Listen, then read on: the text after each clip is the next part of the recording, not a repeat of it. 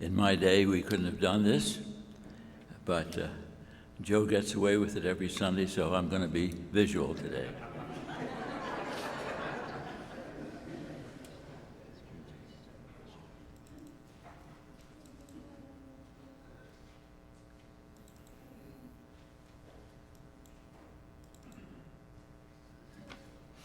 This is Memorial Day.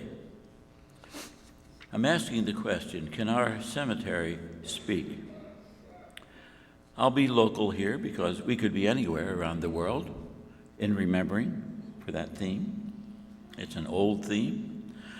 We sang already twice. Here I raise my Ebenezer.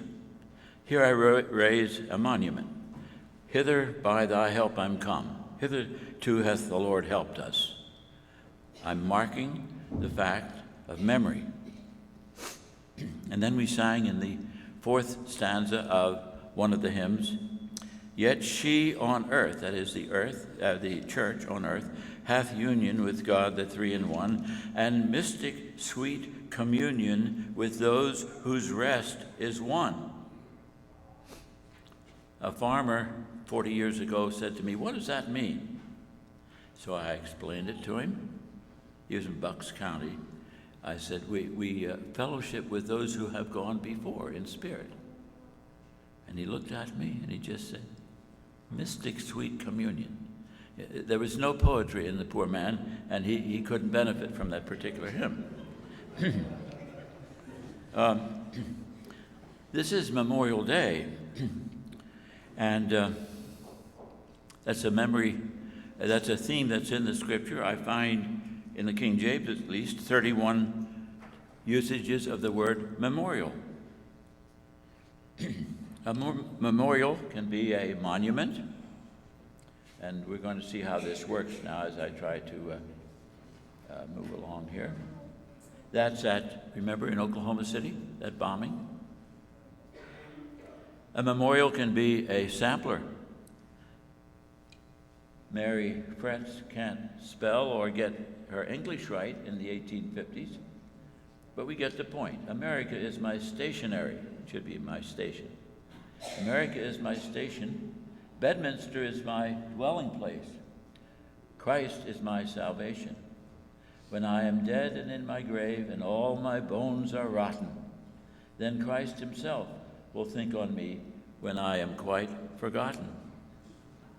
She made the point, even though English was sort of foreign to her. It can be a painting. Here's Joe Hackman's grandfather, whom we remember coming around with his truck, selling books and records. Walter Hackman, coming right through Branch Valley here. It can be a painting. It can be a statue. This man's father came here to Salford as a boy.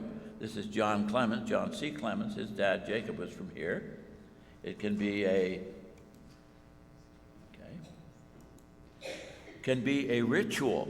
This happens to be in the cathedral in Münster, where the man is celebrating the Mass, but it can be a ritual here as well, a baptism. It can be a tree. Here's our sons Phil and Jay at the Menno Linden in northern Germany, in Lübeck. Legend connects this with Menno Simon staying in the building right next to there. We had a big tree here, 285 years old. There's Dwight making a cross section of it. You see the times when there were nails in the tree.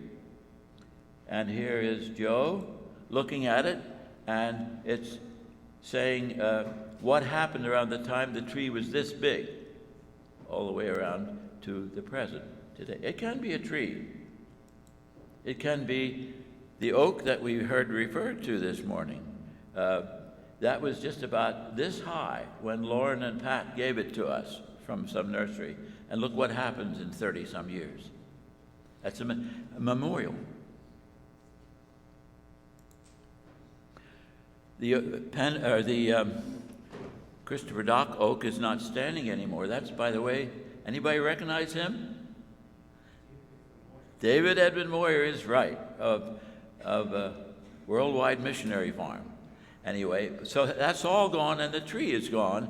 And here we're going to see, unfortunately, a student at the Christopher Dock School who took the occasion to express his disrespect. Well, so much. People take things differently, and that goes for the graveyard as well.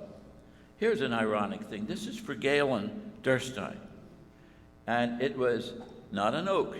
It was a fancy schmancy Bradford pear, but they don't last, and that's gone now. So there's now an oak planted for him.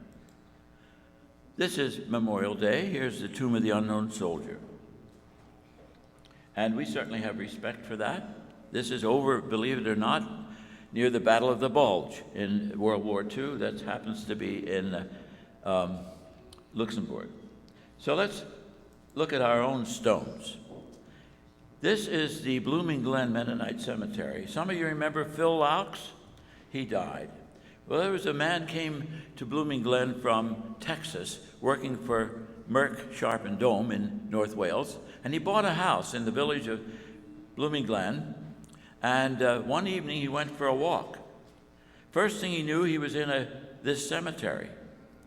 And I heard him say with great passion and repeat, he said, "That cemetery spoke." This is in that cemetery. Let's see if I can go up and let you read what's on there. You probably have better eyes than I do anyway. You see who it's for. We have a plaque for him out in the foyer there. Clayton Kratz went to Russia. No death date. They didn't know. He is a hero for us on Memorial Day. We learned later on that he was shot under the accusation of being a spy. All he wanted to do was he sent home to Blooming Glen and said, "Send my extra overcoat. These people are cold here." But he was in the time when the Reds and the Whites were fighting. He got caught in the crossfire. Okay, that's a memorial to him. And this man said to me, "That cemetery spoke." That cemetery spoke. Now, he was a scientist. He was working for Merck, Sharp and Dome. He wasn't trying to be poetic. He was just telling me it changed his life. He said, it asked me, what am I a part of? What's my community? What's my identity? I just have a career. I'm trying to get advanced and get promoted and make more money.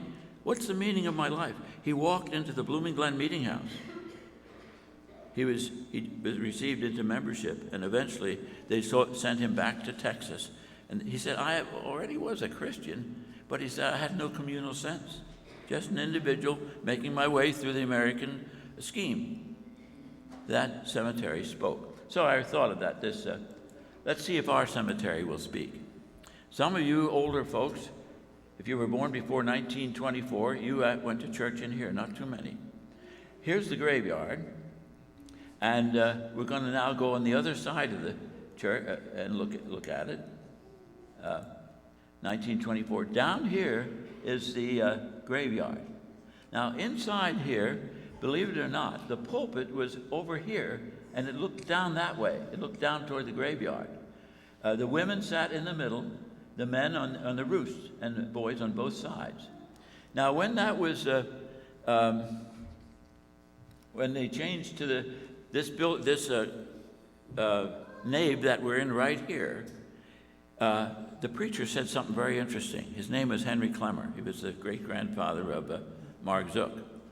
He said, now I'm going to ask that if you're going to have the pulpit at this end of it, you've got to turn the whole shift, they say in German, or the nave, toward that way, because I always preached to the whole congregation.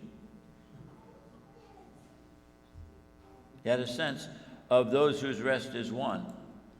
Now you see the longitudinal aspect here looking this way. Here's the graveyard. And, by the way, here are the horse sheds yet. And here's Mark Zook's grandfather's new house. The lawn isn't seeded yet, apparently. See the horse sheds here. And here's a wall. See the wall around here? We're going to talk about that wall. And what's this blank spot down here? We're told by James Y. Heckler that that's where the original meeting house stood on the Ruth plantation of 1726-28. But now let's look at, again, some more aspects of that. That wall was not to keep things out. It was to keep sheep in, who were the lawnmowers.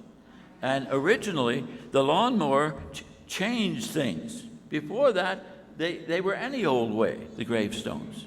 But when you had a lawnmower, you wanted efficiency, and so they realigned the gravestones from here to Lancaster County. This lasted, believe it, until 1948, this scene here. That's Deep Run. Look what happens when the lawnmower comes. Then from then on, everybody thinks that that's the way it always was. Except we project, even in our memorizing, we project our scrim on the thing that we look at from the past. There's a picture from the other side. Let's go a little closer if we can. Here's a schoolhouse over here. See the wall here?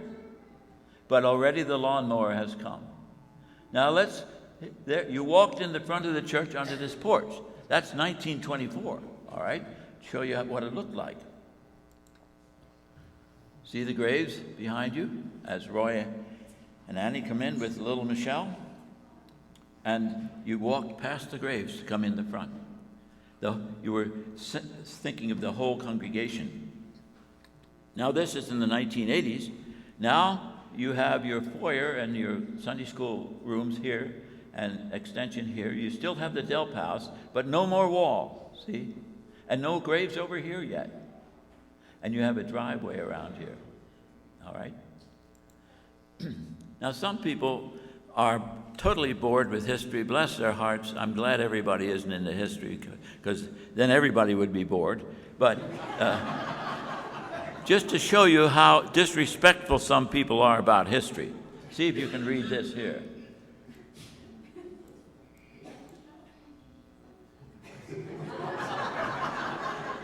That's what some people like to think about history. Oh, for those of you who can't read. On April 1, 1752, 100 feet north of this marker, absolutely nothing happened. So other people make a joke this way. This is now on Levi Landis's farm on a last Halloween. Let's see if we can get close enough to read it here. It's all a big joke to them. I don't want to dump on them, just to make a point here. This could be you, yesterday or today. And Ted Bundy, they fried him like an egg and so forth. It's all a joke. We'll be on a little different path this morning. Where am I here? We're past, okay. What are these people looking for? They're looking for, by the way, there's the wall to keep the sheep in. This is Deep Run. These two men are seeking out a particular stone. What is that stone? It's this stone for Sarah Culp. And by the way, she was a sister-in-law of our first preacher here, Thielman Culp. And look what's up here. Can you see that crown? Be thou faithful unto death, and I will give unto thee a crown of life. You see the tulips, symbols of resurrection in the spring. We have two stones in the Salford cemetery with tulips on. Steve Gaiman from Swamp. And look, tulips, crown of life. And here, anybody remember Steve?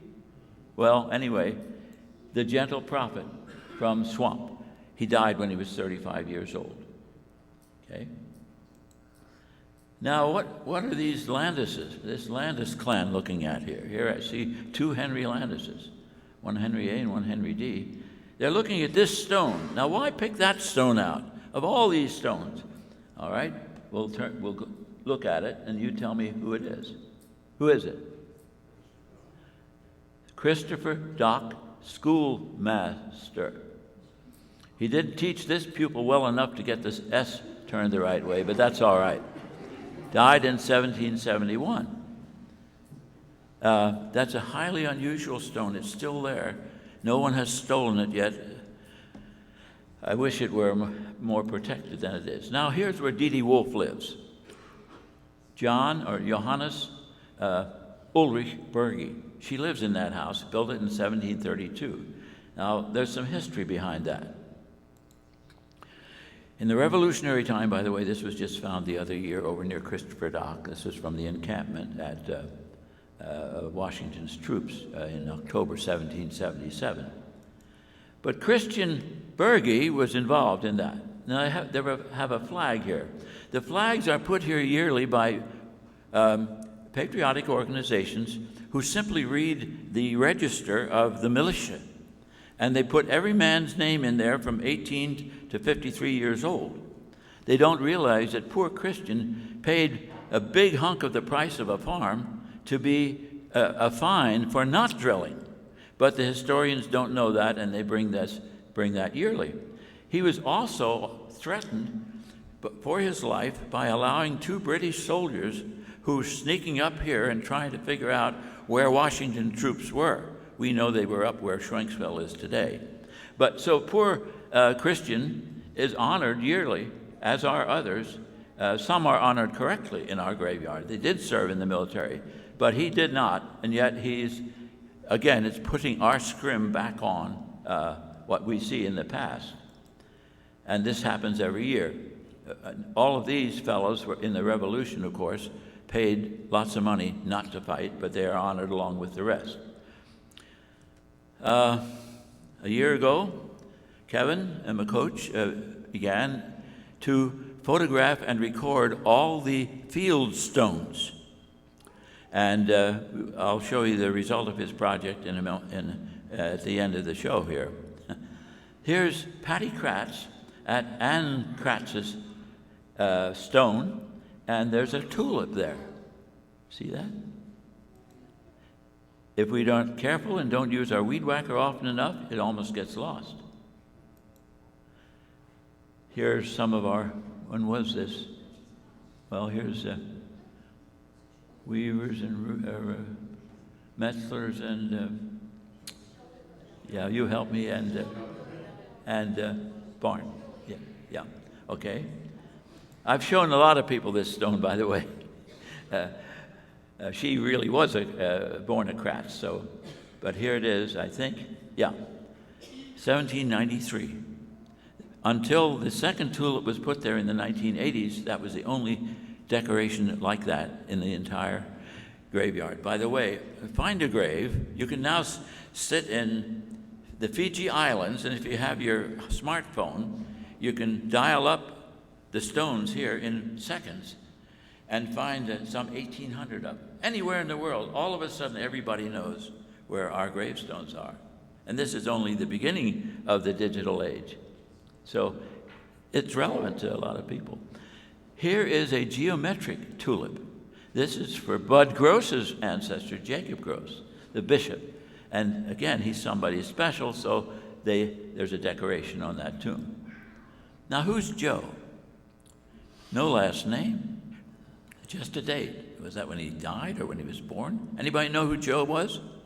He was an African American who died in Franconia Township, and they didn't have place for him in the graveyard, and so they put him outside the wall because he was African American. 1823. Well, you know what Robert Frost said? Something there is that doesn't love a wall. Well, something doesn't love that wall. And so as the cemetery grew, it grew and grew until Joe is now here in the middle of the cemetery. So time changes. And there's a cemetery that speaks to us on that point. Time changes our prejudices. Here in Europe, the Catholics had to shake hands with the Protestants across the wall between them. I don't have time now. Edward Schultz was a tramp.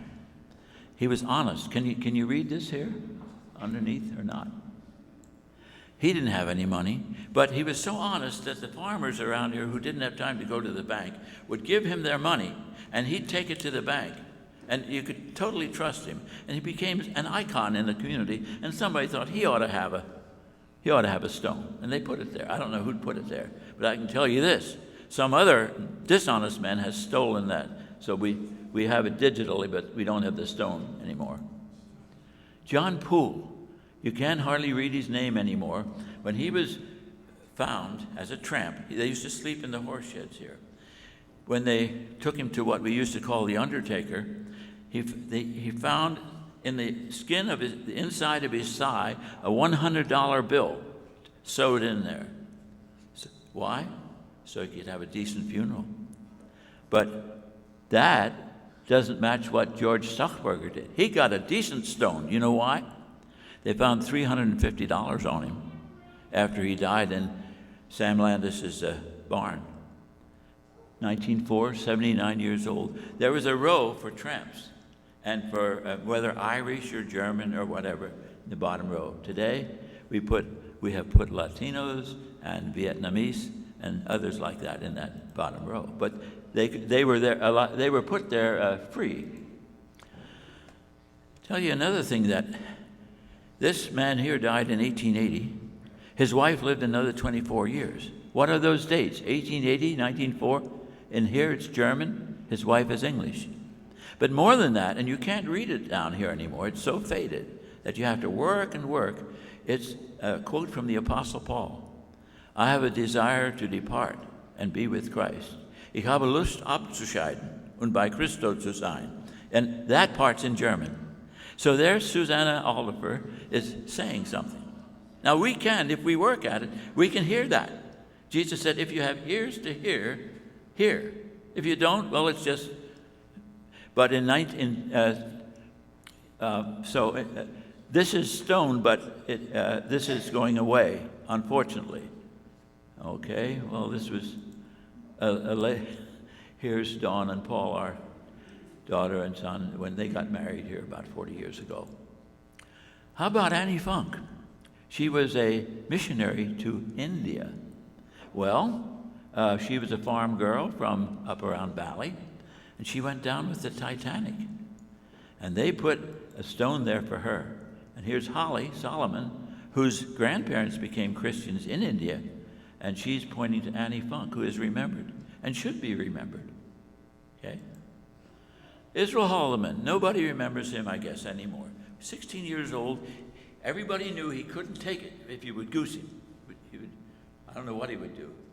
And somebody did it anyway when he was working in a clothing factory in Springmount, and he jumped out the door, and he was up in the second story. He fell down and was killed. So there's tragedy in our graveyard over and over. Not multiple, yes, multiple, but not dozens. But there's tragedy out there. There's grief. An old man told me that he was at this funeral here when they stood around the open grave and sang the song, "We are going down the valley one by one." That stayed with him all his life. Okay, a neighbor of the Haltmans there. Look what this woman did.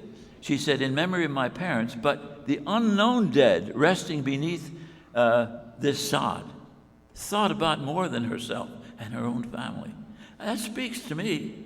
It asks me, do I think of beyond my clan? Do I think of beyond myself? Is that what the testimony I'm leaving? All right. This lady here, she heard that orphans were starving, and she couldn't, Lizzie Brubaker, it was said that she felt them tugging at her skirts. And she did nothing but raise money. She raised $20,000, which today would be maybe $1 million or something like that. That was her, and somebody said, "And this gospel of the kingdom shall be preached in all the world for a witness unto all nations." Okay, and that story is told just like the story of the woman who anointed Jesus' feet. Now, when you walk into our graveyard, everybody looks at this. Who is that? What family? Thank you, Harold. Detweiler is right. 9 children. Some were blue babies. The two that did survive got killed in an accident. Everybody stops and looks at that one. What's the story? Remember Pearl and Wilmer? Pearl survived, and 2 brothers. Her brother Earl stood here once in tears. I heard him say, "You wonder what your life would have been like if your siblings would have grown up." Okay? This is only a year or 2 ago with our present MYF, looking at that phenomenon. Here's a bit of humor. Garrett Kaiser was called the one-armed Garrett Kaiser. His arm is buried here, and when the rest of his body died, it's over here. There's humor in graveyards. That I don't have time. This one I must. When I was 13 years old, this boy here, I'll show you in a moment here.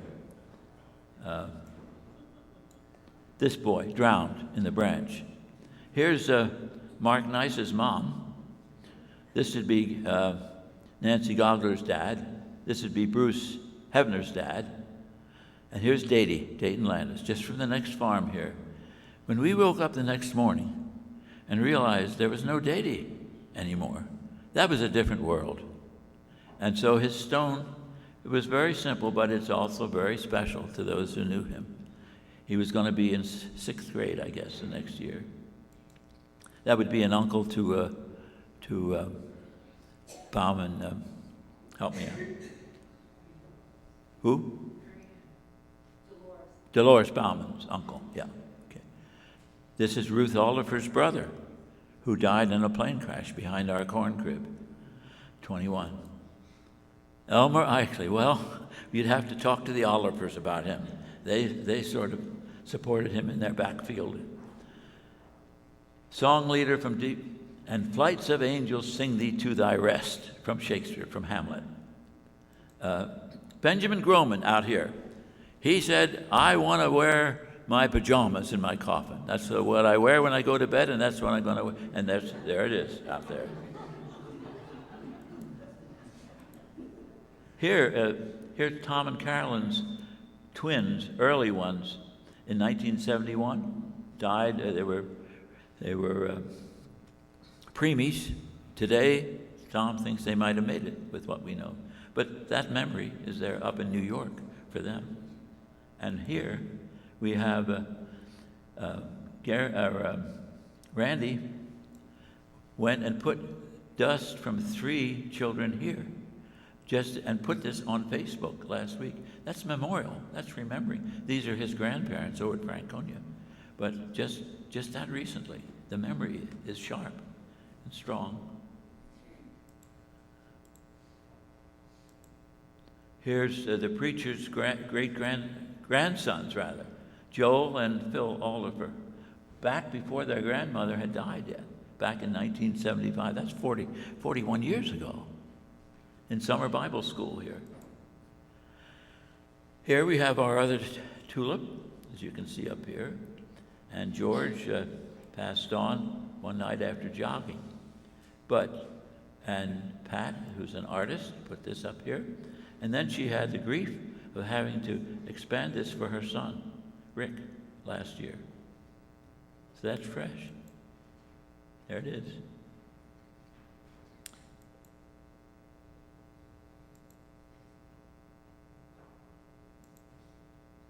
This boy took his life. His parents didn't appreciate his girlfriend, so he loved music, and he hanged himself just a 1,000 yards from here. A Buddhist ceremony with music here.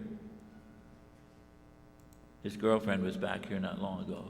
Here's Joni Clemmer. That is inappropriate too. He was a CO in World War II out in California, but somebody thinks, I don't know where they got that. Remember this tragedy?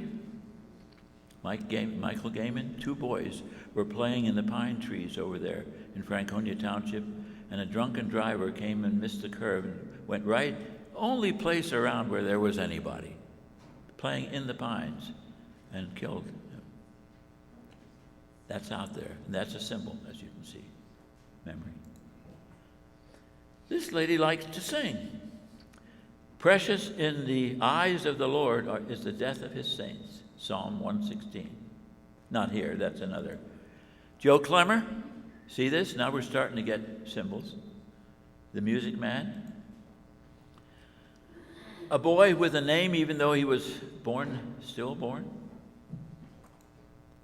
Cody, remember him? He'd be about 15 now. Cody Shore. He's out there. His stone is out there.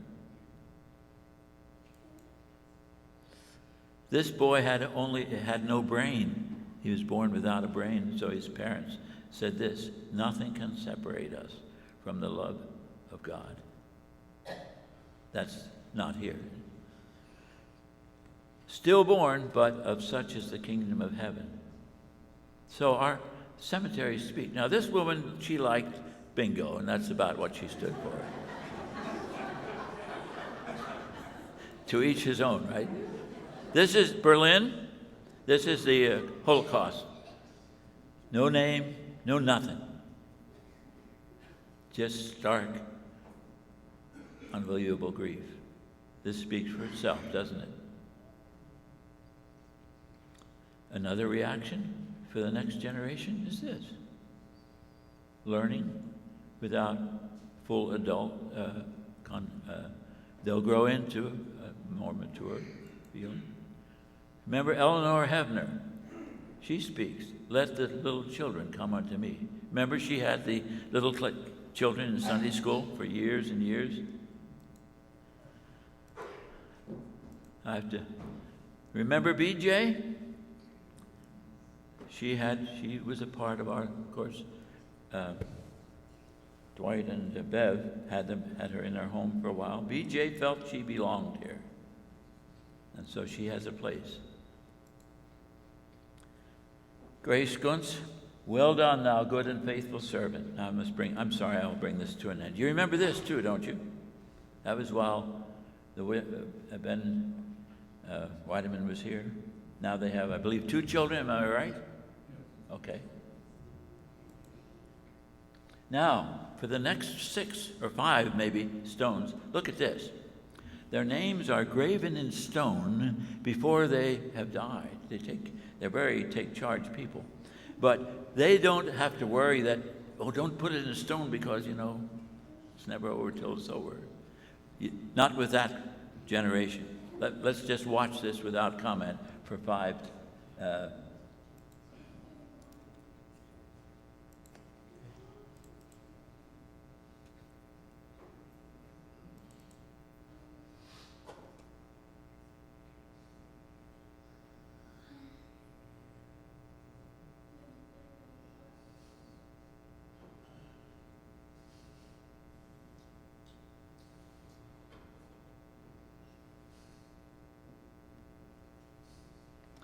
All right, I'll skip to the end here. I'm sorry for this.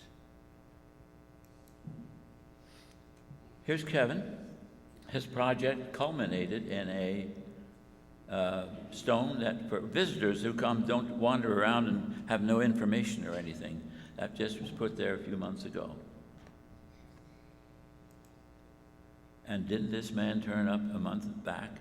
He had met Lenny Ruth at the Rotary Club, and he said, "I think my relatives are buried down there." And sure enough, he came here, and after Sunday school went down and found that. So our graveyard will speak if we have ears to hear. Whether summer or winter, it'll have something to tell us of testimony, the passage of time and generations, the transmission of faith and covenant, shared grief, memory, a continuing of story. They being dead yet speak. Let those of us who have eyes and ears, let us see and hear.